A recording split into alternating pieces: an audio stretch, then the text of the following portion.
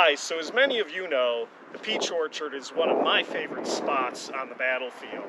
And where I'm standing today is in the yard of the Joseph and Mary Sherfy farm. And the Sherfys were the family that owned the Peach Orchard at the time of the Battle of Gettysburg.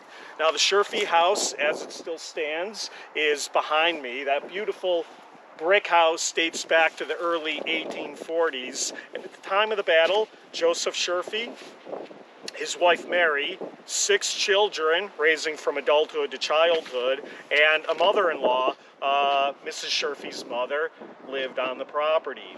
Now during the battle, the children vacated on July 1st as Union troops and skirmishers were coming across the property. The parents and the mother-in-law stayed at least through the morning of July 2nd, when on the morning of the 2nd, while skirmishing was going on out here on the property, Mrs. Hegan, the mother-in-law, was watching some of the action, and a Confederate bullet reportedly passed through a fence and stopped in the folds of her dress. And realizing that they were in imminent danger, some Union officers ordered the Sherfys to leave. Now, there's a lot of cool stories associated with the Sherfy farm, many of which we talk about in our book, and that sort of thing, but perhaps my favorite story, and the one I want to talk about today, is the quick battle of the 57th Pennsylvania here on this property, and some of the fighting that actually took place in the Sherfy house itself. Now, I don't know if you can pan over here and see the monument to the 57th PA. The National Park Service, because they have visitors staying at the Sherfy property, they will ask us not to get too close to the house, and we're respecting that today, and that's why we're doing this video from the yard. But if you can get a look at the monument to the 57th PA, it's the one over here, little obelisk with a flag draped over it. Behind the monument is the Emmitsburg Road, the reason that so much of the fighting occurred around here. And of course today there is traffic on the Emmitsburg Road, which is why you're getting some traffic noise here in the video. Now the 57th PA, they brought about 206 men or so to the Battle of Gettysburg. They had been raised in all different counties in PA, so they weren't from any one particular county. But during the early portions of the second day of the Battle of Gettysburg, as part of Charles Graham's PA brigade, they would have spent a few hours in the early afternoon on the other side of the Emmitsburg Road over here. And they withstood the Confederate artillery fire that preceded Longstreet's attack that afternoon. The regimental history says that due to their position in a lot of the Confederate overshots, they didn't suffer a lot of casualties during this cannonade, but as they pointed out, it was extremely trying to the nerves of the men to withstand 2 hours of artillery fire under a hot July sun. We're recording this video on a blustery January morning, so I can assure you it was a lot hotter in July of 1863 than it is today.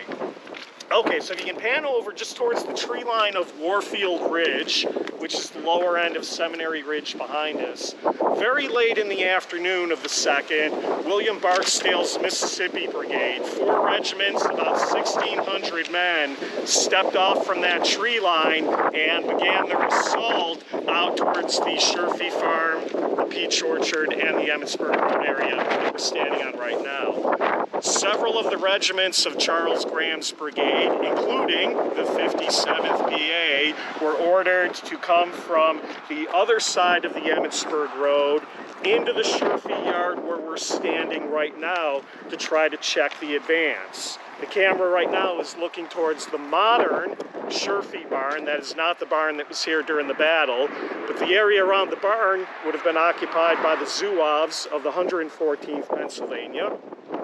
But around the house, the 57th PA took position in around the house and some of the outbuildings that would have been on the property and are no longer here today.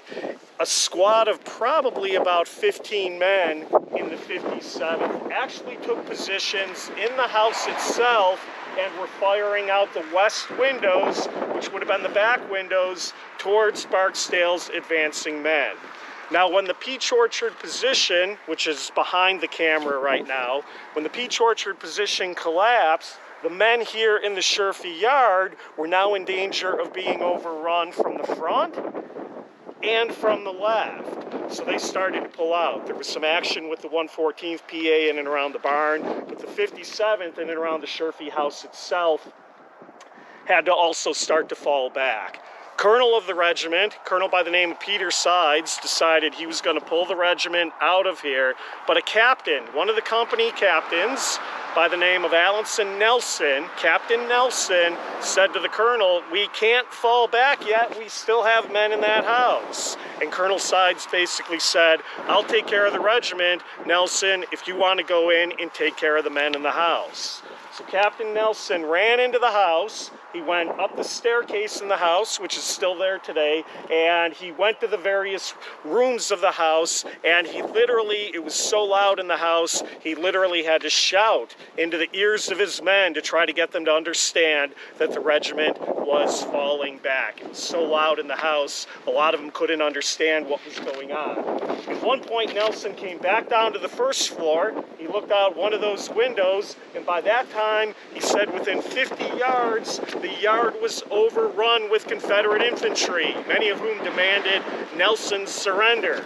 So Nelson, having done the best he could, came back out the door, leapt over one of the fences in the Sherfy yard, crossed the Emmitsburg Road, and rejoined the rest of the regiment as they fell back. Now the casualties in the regiment, 11 killed, 46 wounded, 59 or so were listed as missing and captured, and according to some of the post-war histories, as many as 44 of those 59 later died in captivity. So you can add them to, how many people were killed at the Battle of Gettysburg. That's a total casualty rate of about 55%, folks. So, Nelson did the best he could to try to get the guys out of the house. It's always been one of my favorite stories. I love the house. I love the idea of the fighting that was literally going on in the house after Nelson left and the 57th, left. Confederates occupied the Sherfy yard, would have been used as a Confederate artillery position and staging area on July 3rd. And as a result of all of this action, there is battle damage on the walls of the house still there today.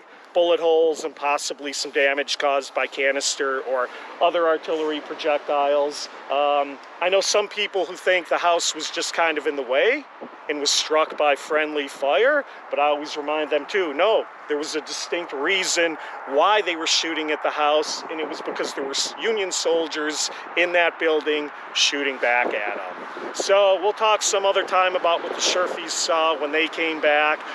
Again, that's just one of my favorite stories. Captain Nelson, the 57th BA, and the fighting inside the Sherfy house.